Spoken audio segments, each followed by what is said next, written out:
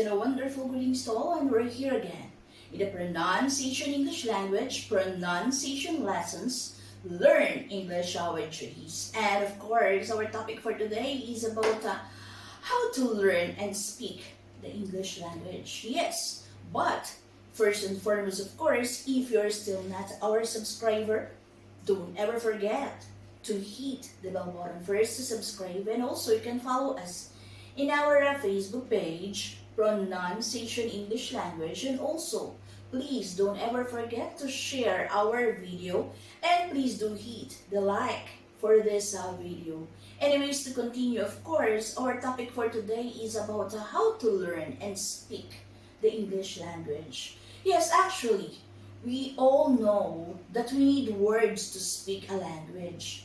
If we don't learn words, how we can speak? If you don't have the ingredients, how you can cook?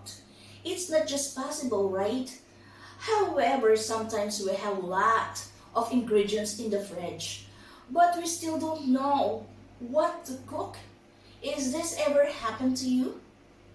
It's the same with the English language. You learn many words to expand your vocabulary, but when you want to speak, you don't know what to say or how to say it.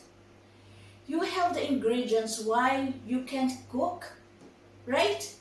It's because you have the ingredients in the fridge. If you open the fridge, you can see the ingredients and then you can think of something to make. However, if you don't see them, although they are in the fridge, you don't know what you have. Yes, so you don't know what to make. The fridge here is an example of your brain. You have many words in your brain. If you see them in a text or if you hear them, you recognize them. You know what they need. However, when you want to speak and when you want to write in general, when you want to communicate, you can't. They are in your brain, but you don't know what you have. So you can't use them when you want to speak. But what is the problem here? The problem is that those words are passive in your head. Yes, they are not active. So what is the passive words and what is the active words? In general, there are two different categories actually for all the words we learn. They are either active or passive.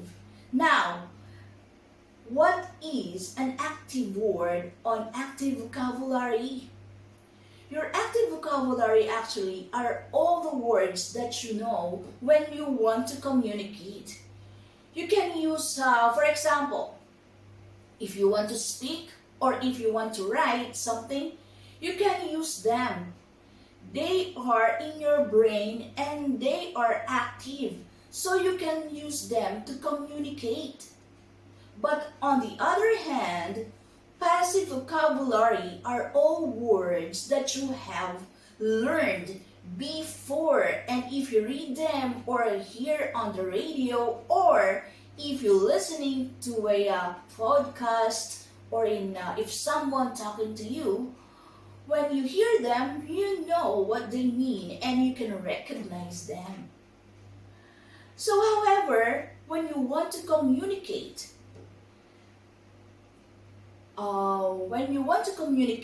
when you want to say something or when you want to write something, you can't use them. Although they are in your brain, you can use them and you can't use them when you want to communicate. They are passive. The problem is many language learners actually focus on learning and more new words. If they buy books, they ask how many words they can learn at the end of the book. Or if it's a course, they ask how many words they can learn at the end of the course. So you know what? Actually, it's not about the numbers of words that you have learned. It's about whether they are active or passive. Yes, you might already know a lot of words which are passive in your head.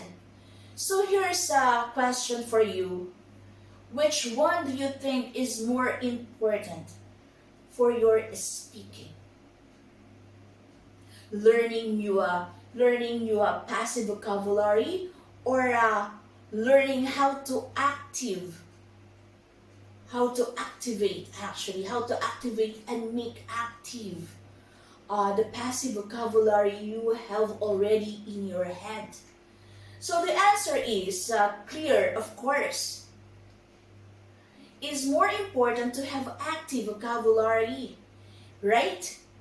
So if you want to speak or write or in general communicate, but how we can do that? How we can activate the passive vocabulary that we have in our head? Don't worry, we'll give and show some few steps to learn and new words. Add them to the list on the active vocabulary in your head. And to do this, you need to have your own personal dictionary. Yes.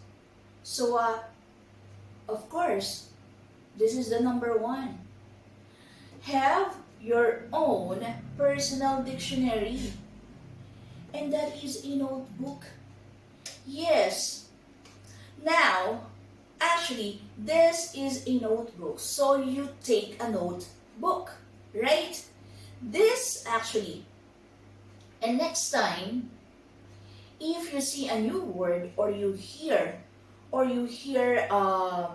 new word, write it down. Or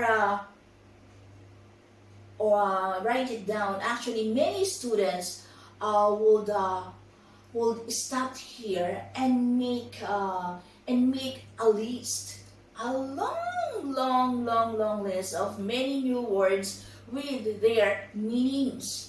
But would this help? That is the question. Of course, if you want to learn passive vocabulary. But if you want to make active, you shouldn't stop here. So we have a step number 2. Step number 2 is write 2 or 3 sentences, of course, with the new words. Yes, because it's important to learn a new words in context. Why? Because one word in English language can have several meanings in different uses. Yes. For example, imagine the new word is shit. Now, what does it mean? Look at these 3 sentences I will give you. Number 1, can you shift the table to the other side? Number 2, she shifted to a 4th gear and drove faster. Number 3 is she was on the night shift. So, in the first sentence, shift means to move the table from one side to the other side. So, can you shift the table? You understand? So, in the second example, does it mean to move? So, no, sure not, right? It means shift the gear when you're driving and you want to go faster. You need to shift the gear, shift to one shift, shift to shift to shift to 2 or shift to shift. So then go fast, right? So meaning.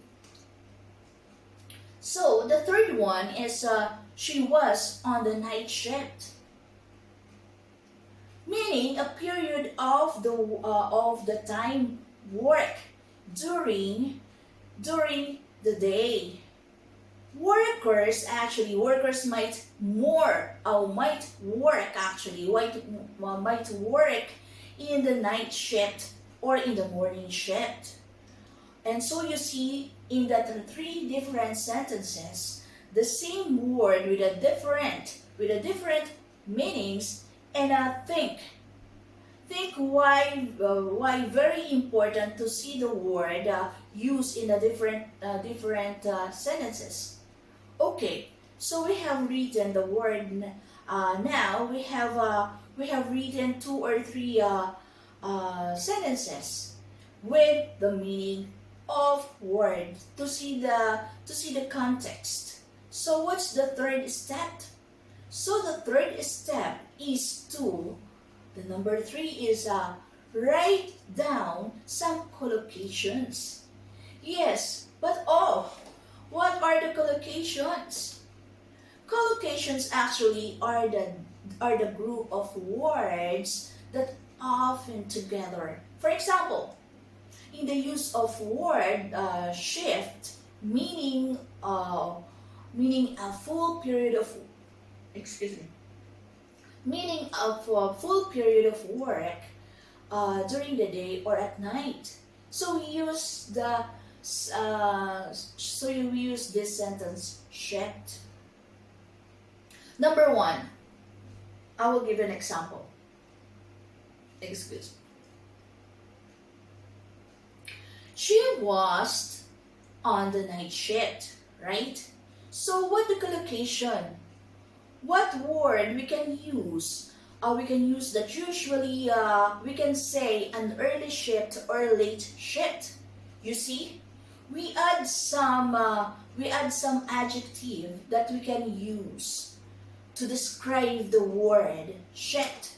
You can also use some verb saying to work in shift or to do shift. Then you can make sentences by playing the adjective and the verb and the noun shift. For example, if I want to use to do shift and the adjective early, I can say, number 1, I'm doing the early shift this week. I'm doing the early shift this week, so I'm using the do early and the word shift. I'm using the word with adjective and a verb.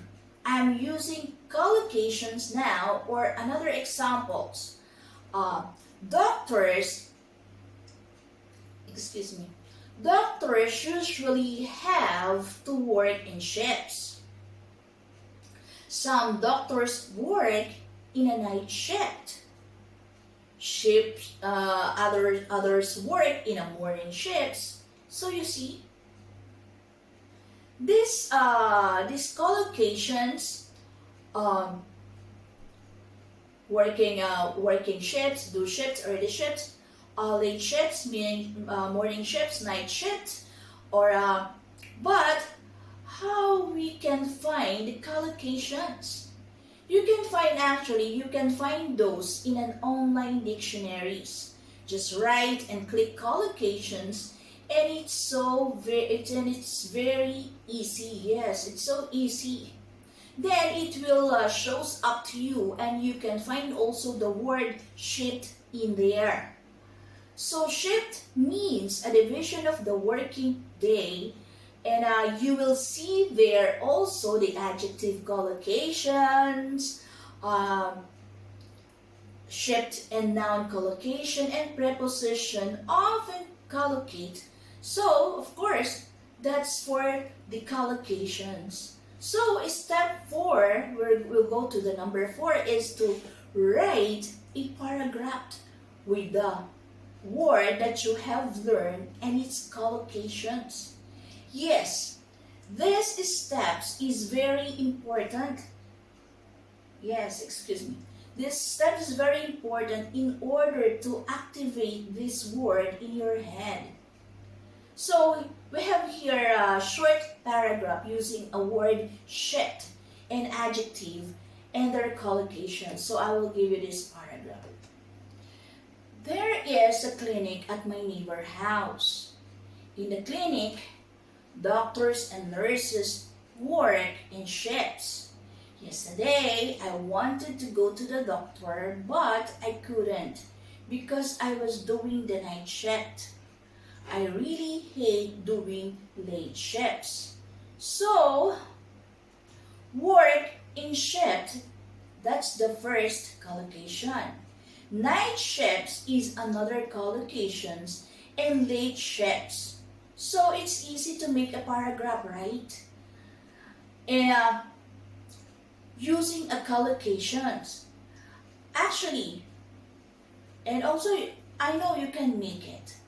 So that's all for now, but I want you to remember that learning never ends. Yes, so if ever you have some free time, of course look and think your dictionary. Just just flick, then read the paragraph, then that you have written, of course, and you can review the word perfectly well. You might this word takes forever, so that's true. It might take longer that reading the word and meaning. Keep in mind that no shortcuts in learning. You have to spend time if you really want to learn something, right? So I hope you enjoy this video, and please let me know what you think about this method. And a comment is down below, and see you in the next lesson. Right? So that's all for now. I hope you got it right. Anyways, if you have any questions, of course, don't ever hesitate to inbox us in our Facebook page, Pronunciation English Language, and also you can put there a comment in a comment section box. And we will try to be responsive as we can, of course. Anyways, that's all for now. Again, if you're still not our subscriber, don't ever forget to hit the bell button first and subscribe, and also you can follow us in our Facebook page. Please don't ever forget to share our video, and please do hit the like for this video. Anyways, thank you so much. Have a great and a wonderful greetings to all. Keep safe and God bless. Until the next time, bye-bye.